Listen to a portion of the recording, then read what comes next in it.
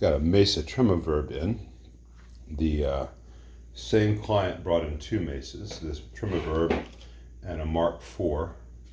On his Mark IV, it would cut out. And what it turned out to be, let me reach across here and find the part, is the auxiliary powered receptacle on the back of the amp, a courtesy outlet, so you can plug in a pedal board or whatever to the back of the amp, exploded. And this piece of metal was rattling around inside the chassis.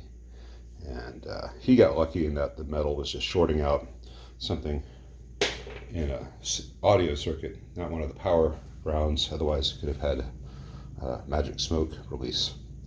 This is his Trem-O-Verb, and the ticket just says stopped working.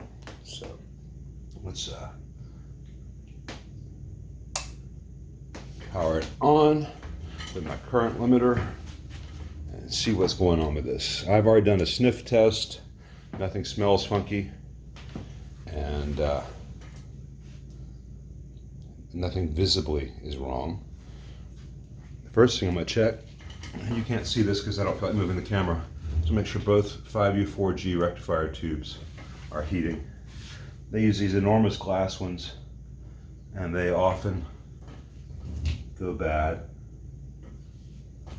And I am not seeing any glow from either of those rectifier tubes.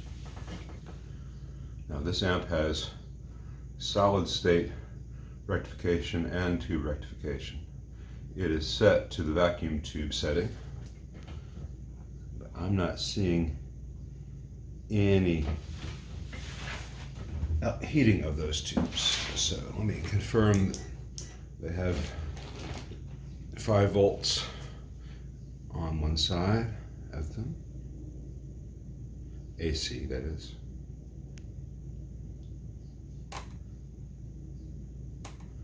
It's 3.9. My current limiter is going to drop the wall voltage. I can't talk. I'm not going to have full voltage there with the current limiter. It does limit voltage as well as current. Thank you, Mr. Ohm. But it's got 3.9 volts there, which seems a little low. Usually with the current limiter, I'm going to be like measuring 6 instead of 6.3. That's on the 5 volt tap. Let me check the HT side of things on these tubes. 573. I feel warmth in each one, but not a ton. Let me measure DC on those outputs of those tubes. That would be this one here.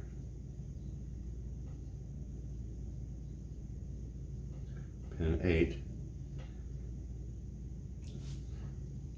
Have my black and red meter leads reversed, doesn't really matter, but I'm getting 386 volts there. I'll take it out of standby and see what happens.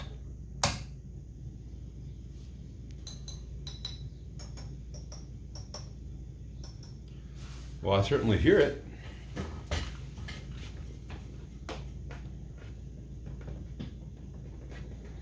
Not getting any real terrible microphonics.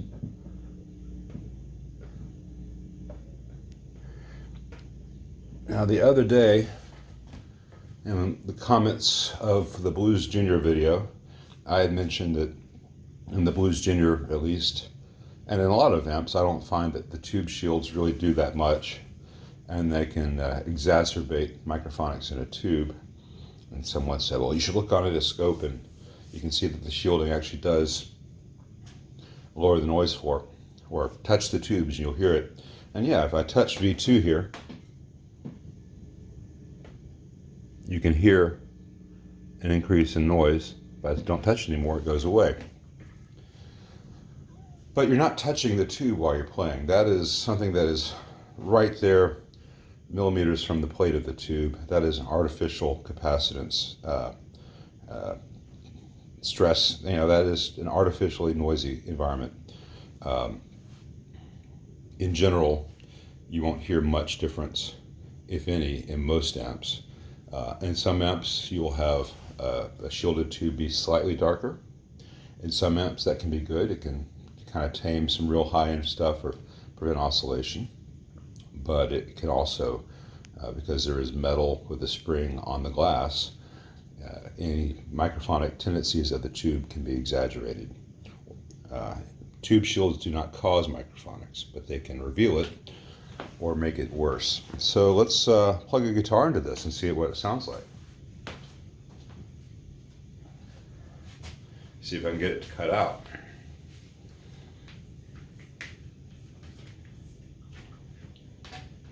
Sorry about moving the tripod there.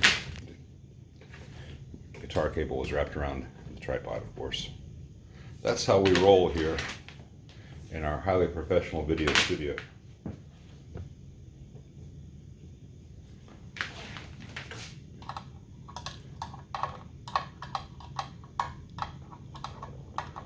Come on.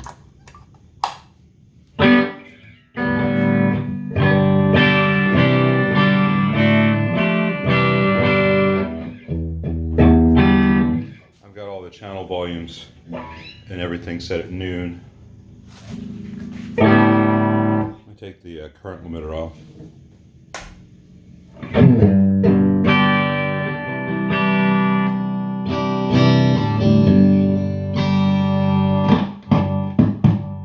Alright, that's a very dirty pot. I wonder if that's what he was experiencing.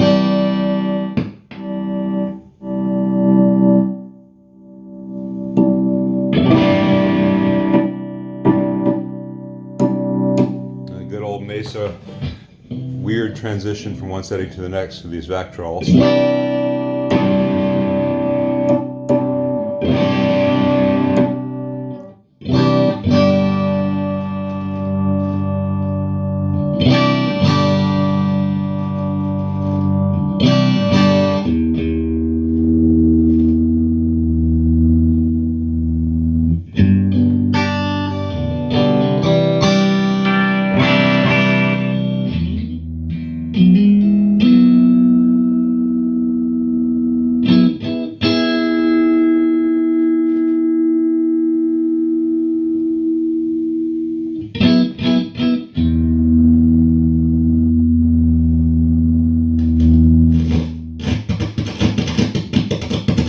That's the master for that channel.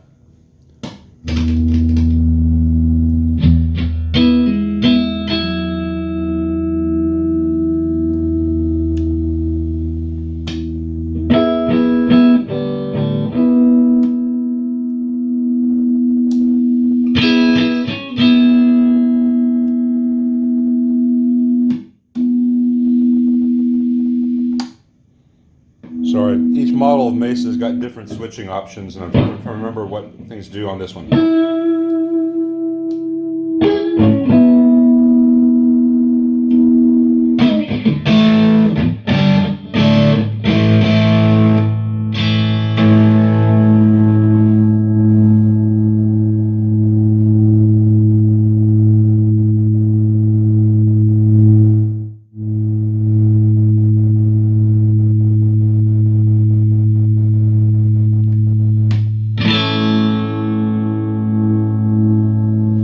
So the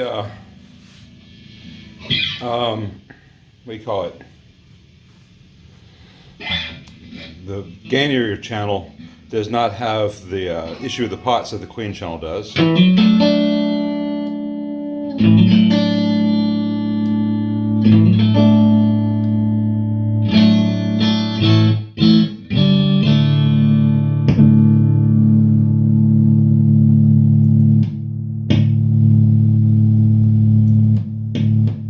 That good old popping when you change channels on the back of the amp. With the rotary. Hopefully the foot switch is quieter. Let's try the spongy setting. Back to bold. Alright, silicon versus vacuum tubes.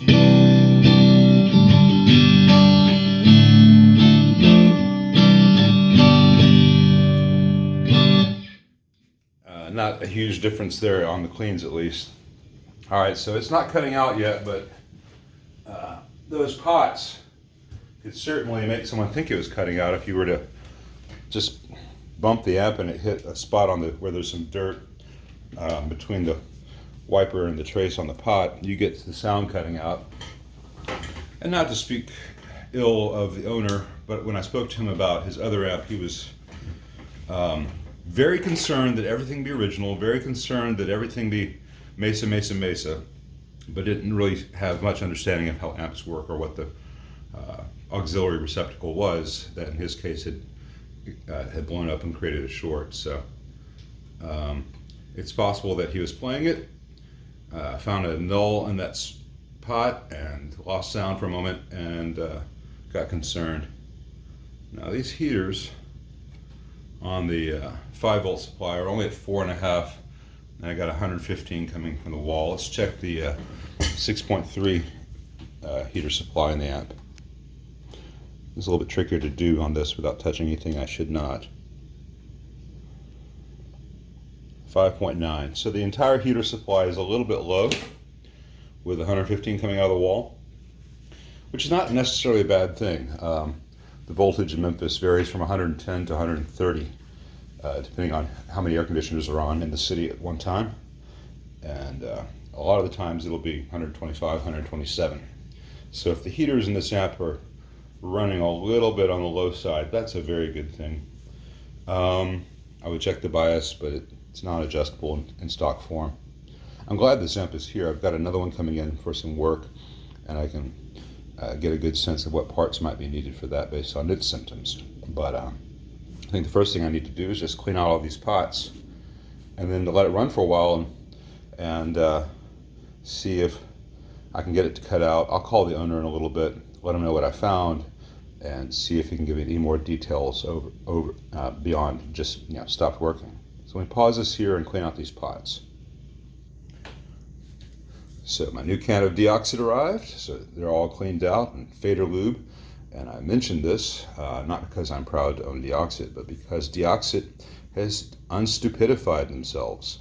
About 2 years ago, they changed their dispensing straw method for a flip down thing. It was much larger. It's like you find on WD-40 these days. And it just shot out way too much, very hard to control, and always dribbled everywhere. You ended up losing a lot of it. And this stuff is very expensive per ounce. So I'm going to take this old straw from my old bottle and get a wire and my heat gun and extrude this out to be even smaller in diameter and give it a nice permanent bend so that I can go into hard to reach areas and dispense only what's necessary. And then I'll have 2 straws for different applications. Eventually I'll have enough straws, Pinky, to rule the world. Okay, but anyway, back to this. Let's see how it sounds now that I've denoised those pots.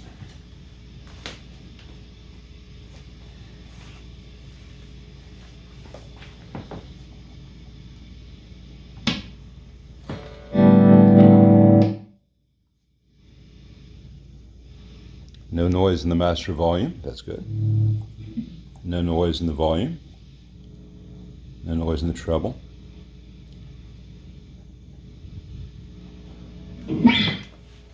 Now notice as I turn the treble down, it buzzes more.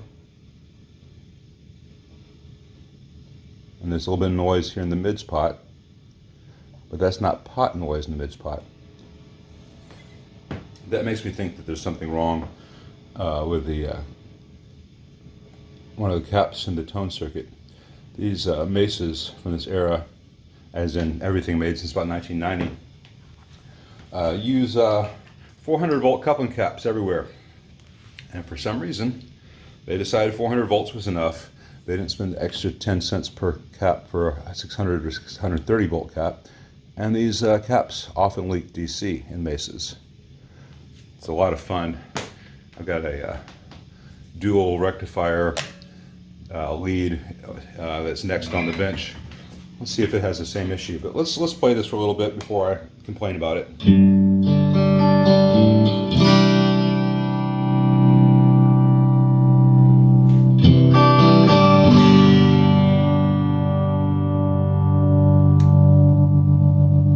Tremolo.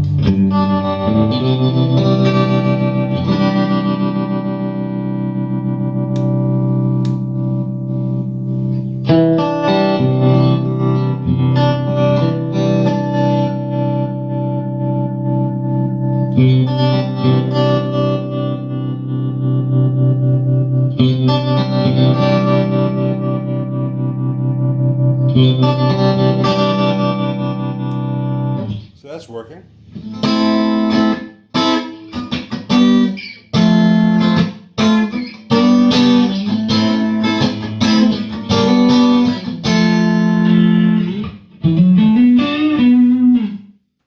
Yeah, it's sounding pretty good. I'm a little concerned about that noise when I turn the treble down. That hum. Not affected by mids.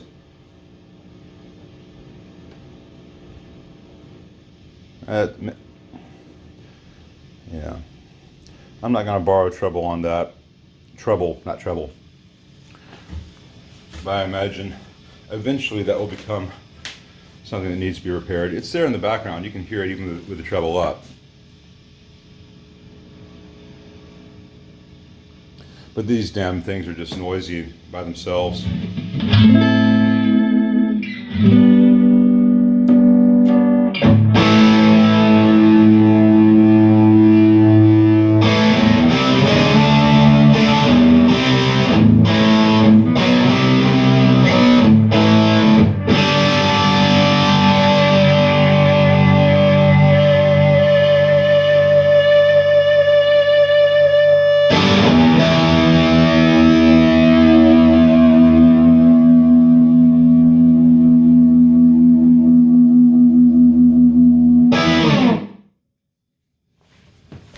Well, I'm not a fan of the sound or of some of the construction methods.